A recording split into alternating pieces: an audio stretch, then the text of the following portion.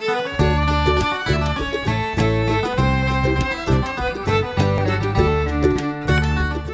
రాఖీ పౌర్ణమికి మీ ఆత్మీయులకి ఎలాంటి బహుమతి ఇవ్వాలని ఆలోచిస్తున్నారా? అయితే వెంటనే బేబర్ కాంబో ప్యాక్ తో వారిని సర్ప్రైజ్ చేయండి. స్క్రీన్ మీద కనిపించే కూపన్ కోడ్ తో 10% డిస్కౌంట్ ని పొందండి. త్వరపడండి. నమస్తే folks, welcome to my channel.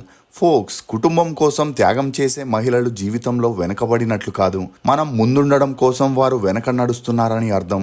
అసలు నేను ఈ మాట చెప్పడానికి గల కారణం మన దేశంలో జరిగే లైంగిక దౌర్జన్యాలే. ఈ మధ్యకాలంలో ఆడపిల్లలకి రక్షణ లేకుండా పోతుంది.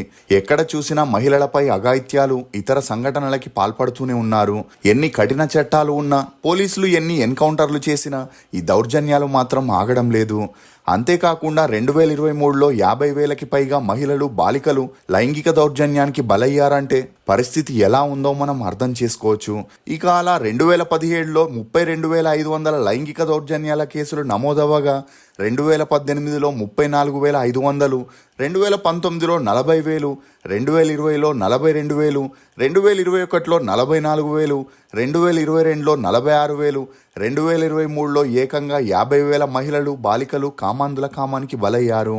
ఇక అలా వారిపై కేసులు ఫైల్ చేసిన ఆ కామాంధులకి శిక్ష త్వరగా వేస్తారా అంటే మన సిస్టంలో ఉన్న లూప్ హోల్స్ వల్ల న్యాయం అనేది అందని చందమామలాగే ఉందని చెప్పొచ్చు. ఎందుకంటే 2021లో 150,000 కేసులు కోర్టుకు వెళ్ళగా అందులో 10,000 కేసులకి మాత్రమే జడ్జిమెంట్ వచ్చింది. మిగిలిన 140,000 కేసులు పెండింగ్లో ఉన్నాయంటే 2024 నాటికి ఎన్ని అత్యాచార కేసులు పెండింగ్లో ఉన్నాయో మనం ఆలోచించవచ్చు. ఇక విషయానికి వస్తే భారత్లో ఒక విషయం మాత్రం అటు సోషల్ మీడియా, ఇటు శాటిలైట్ మీడియాలో హల్చల్ అవుతూనే ఉంది. అదే Kolkata trainee doctor issue. August 8వ తారీఖు ఈ ఇన్సిడెంట్ జరగగా ఇప్పటికీ ఈ ఇష్యూపై మీడియా కోడై కూస్తుంది. కానీ ఈ ఇన్సిడెంట్ జరిగిన రోజు నుండి ఇప్పటి వరకు భారత్లో చాలా లైంగిక దౌర్జన్యాలు జరిగాయి. కానీ వాటి గురించి మాత్రం ఎక్కడా ఎవరు నోరు విప్పడం లేదు. ఎందుకంటే కోల్కతా ఇష్యూని తమ స్వార్థం కోసం కొన్ని రాజకీయ పార్టీలు పొలిటికల్గా ఇష్యూగా మార్చడంతో ఈ వార్తలు అన్ని చోట్ల వినిపిస్తున్నాయి. ఇదిలా ఉంటే ఈ 10 రోజుల వ్యవధిలో మన భారత్లో జరిగిన ఇన్సిడెంట్స్ గురించి తెలుసుకుంటే నేను ఎందుకు ఇలా చెప్తున్నానో మీకు అర్థమవుతుంది. మొదటిగా తమిళనాడులోని తంజావూరులో 22 ఏళ్ల సెల్వి అనే అమ్మాయి తన డిగ్రీ పూర్తి చేసి చెన్నైలోని ఒక ప్రైవేట్ కంపెనీలో పనిచేస్తుండేది. ఇక ఈమె తల్లికి ఆరోగ్యం ఉన్నట్టుండి క్షీణించడం వల్ల సెల్వి ఆగస్టు 10వ తారీఖున చెన్నై నుండి తంజావూరుకి వెళ్లడం జరిగింది. అలా ఇంటికి వచ్చిన సందర్భంలో ఆమె పక్కింట్లో ఉండే కవిదాస్ అనే అతను సెల్వితో ప్రైవేట్గా మాట్లాడాలని, తనకి ఒక విషయం చెప్పాలని చెప్పగా సెల్వి అందుకు అదేంటో ఇక్కడే చెప్పు అని చెప్పిన అతను ఆ ఇంటికి కాస్త దూరంగా ఉండే ఒక షెడ్ దగ్గరికి వస్తే చెప్తా అని అక్కడి నుండి వెళ్ళిపోయాడు. ఇక సెల్వి అదేంటో తెలుసుకోవడానికి అక్కడికి వెళ్ళగా అప్పటికే కవిదాసుతో కలిసి 4 వ్యక్తులు అక్కడే సెల్వి కోసం వెయిట్ చేస్తున్నారు. ఇక అలా ఎప్పుడైతే సెల్వి అక్కడికి వెళ్ళిందో ఆమె అరవకుండా ఉండడానికి టవల్తో నోరు మూసేశారు.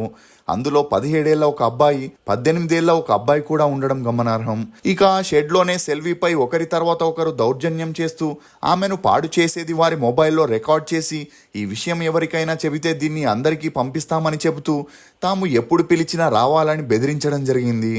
కానీ ఎప్పుడైతే అక్కడి నుండి సెల్వి బయటపడిందో ఆమె తల్లిదండ్రులకి ఈ విషయం చెప్పి ఆ 4 మీద పోలీస్ స్టేషన్లో కంప్లైంట్ ఇవ్వడంతో వారిని అదుపులోకి తీసుకున్న పోలీసులు కేసు ఫైల్ చేశారు. ఇక ఆ 4 అప్పటికే చాలామంది అమ్మాయిలపై దౌర్జన్యం చేసిన వీడియోలు కూడా వారి మొబైల్లో దొరకడంతో పోలీసులు ఒక్కసారిగా షాక్కి గురయ్యారు. ప్రస్తుతం సెల్వి హాస్పిటల్లో చికిత్స పొందుతున్న ఈ విషయం ఎక్కడా బయటికి రాకపోవడం దురదృష్టకరం. ఇక రెండో ఘటన ఒడిశాలోని కటక్లో దిల్బాగ్ సింగ్ అనే డాక్టర్ ఏసీబీ అనే గవర్నమెంట్ హాస్పిటల్లో హార్ట్ స్పెషలిస్ట్గా పనిచేస్తుండేవాడు. అలా తన దగ్గరికి ట్రీట్మెంట్కి వచ్చిన మీనా అనే ఆమెను టెస్ట్ చేసే వంకతో తాకరాని చోట్ల తాకుతూ ఆమె వద్దని చెప్పిన ట్రీట్మెంట్ పేరుతో ఆమెపై లైంగిక దాడి చేశాడు. ఇక అలా తన దగ్గరికి వచ్చే చాలామంది మహిళా పేషెంట్లపై కూడా దౌర్జన్యం చేస్తూనే ఉండేవాడు. కానీ వారెవరూ తమ పరిస్థితుల వల్ల ఈ విషయం బయట పెట్టలేదు. కానీ ఒకరోజు జ్యోతి అనే ఆమె ఆగస్టు 13న దిల్బాగ్ సింగ్ దగ్గరికి వెళ్ళి తనకి చెస్ట్ పెయిన్ వస్తుందని చెప్పగా దాన్ని అడ్వాంటేజ్గా తీసుకున్న దిల్బాగ్ సింగ్ అక్కడున్న నర్సులని, జూనియర్ డాక్టర్లని బయటికి పంపించి జ్యోతిని తాకరాని చోట్ల తాకుతూ ఆమెపై లైంగిక దౌర్జన్యం చేశాడు. ఇక అలా జ్యోతి ఆ డాక్టర్ దగ్గర నుండి బయటికి రాగానే తన భర్తకి, తన బంధువులకి ఏడుస్తూ ఫోన్లో ఈ విషయం చెప్పగా అందరూ హాస్పిటల్ మీద దాడి చేసి దిల్బాగ్ సింగ్ని చితక్కొట్టి అతని మీద పోలీస్ కంప్లైంట్ ఇవ్వడంతో చాలామంది అతని ద్వారా దౌర్జన్యానికి గురయ్యారని, అలా వారందరూ పోలీసులకి స్టేట్మెంట్ ఇవ్వడంతో అతనిపై సెక్షన్ 62(2)E కేసుని ఫైల్ చేసి అదుపులోకి తీసుకున్నారు. ఇక మూడో ఘటన ముంబైలోని సకినాకా అనే ప్రాంతంలో భారతి వినోద్ అనే దంపతులు తమ 6 ఏళ్ల అబ్బాయి 3 ఏళ్ల కూతురుతో ఉండేవారు. ఇక అలా రోజు తన కూతుర్ని చూడమని పక్కింటి వారికి చెప్పి ఆ తల్లి తన కొడుకుని స్కూల్లో డ్రాప్ చేసేందుకు వెళ్తుండేది. దీన్ని కొన్ని రోజులుగా గమనిస్తున్న అదే ఏరియాలో ఉంటున్న 17 ఏళ్ల సునీల్ అనే అబ్బాయి ఒకరోజు భారతి తన కొడుకుని తీసుకొని స్కూల్కి వెళ్ళగానే ఇంటి బయట ఆడుకుంటున్న 3 ఏళ్ల పాపని ఎత్తుకొని ఇంట్లోకి తీసుకెళ్లి దారుణంగా అఘాయిత్యానికి పాల్పడ్డాడు.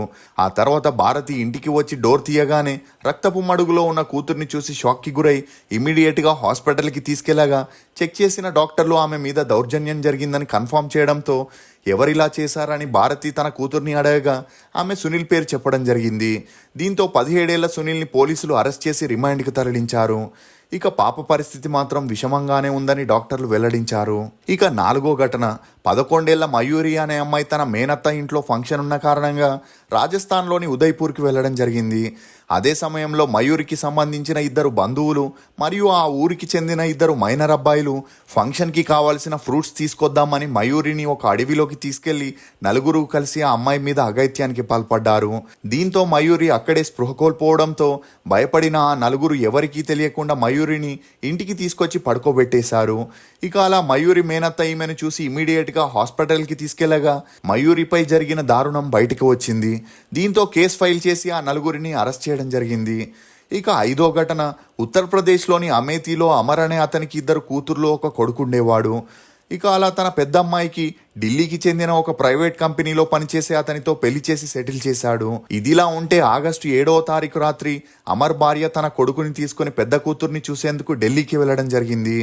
ఇక లేబర్ పనిచేసే అమర్ రోజు తాగుతూ మద్యానికి బానిసవడంతో ఆ రోజు కూడా తాగి ఇంటికి వచ్చి ఒంటరిగా ఇంట్లో ఉన్న తన 13 ఏళ్ల కూతురిపై కన్నేశాడు. ఇక అలా కూతురు ఎంత వ్యతిరేకించినా తండ్రి వదలకుండా కూతురిపై బలవంతంగా తన కోరికల్ని తీర్చుకున్నాడు. అలా తన తల్లి ఇంటికి రాగానే ఈ విషయం చెప్పాలనుకున్నా అదే సమయంలో ఈమె తల్లికి ఆగస్టు 10వ తారీఖున హార్ట్అటాక్ వచ్చి ఢిల్లీలో మరణించింది. అలా 13 ఏళ్ల అమ్మాయి తన తల్లి చనిపోయిన శోకంలో ఉన్నా కూడా తండ్రి మాత్రం వదలకుండా దౌర్జన్యం చేయడంతో భరించలేని ఆ అమ్మాయి ఆగస్టు 15న పోలీస్ స్టేషన్కి వెళ్లడం జరిగింది. దీంతో పోలీసులు అమర్ని అదుపులోకి తీసుకొని అరెస్ట్ చేశారు. ఇక 7వ ఘటన బీహార్లోని పాట్నాలో 14 ఏళ్ల పాయల్ తన తల్లిదండ్రులతో ఉంటూ బాగా చదువుకొని మంచి జాబ్ చేయాలనుకుంది. ఇక వీరు దళితులు కావడంతో ముజాఫర్పూర్లో ఉన్న ఉన్నత వర్గానికి చెందిన వారు వీరిని చులకనగా చూస్తుండేవారు. ఇదిలా ఉన్నప్పుడే ఆ ఊర్లో సంజయ్ అనే 38 ఏళ్ల వ్యక్తి 14 ఏళ్ల పాయల్ మీద కన్ను వేశాడు.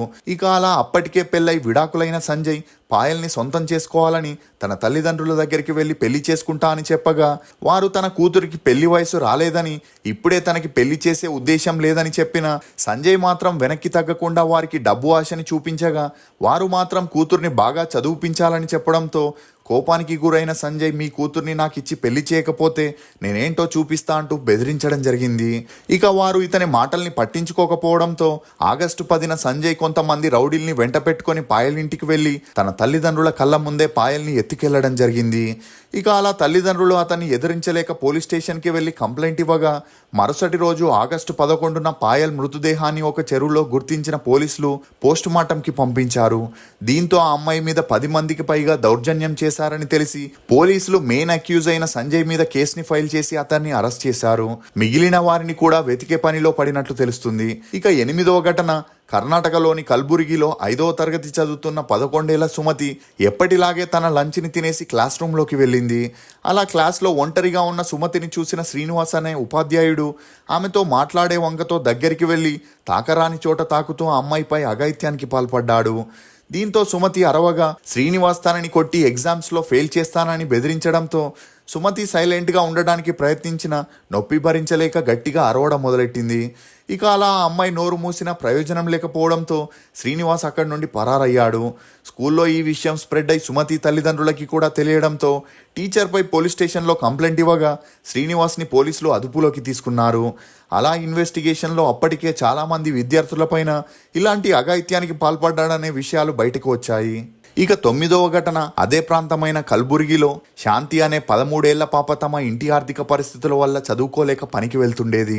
అలా అక్కడ తనతో పనిచేసే వ్యక్తులు ఈమెకు చాక్లెట్స్ బిస్కెట్స్ అని ఇప్పిస్తూ ఆ పాపపై తరచూ లైంగిక దాడి చేసేవారు.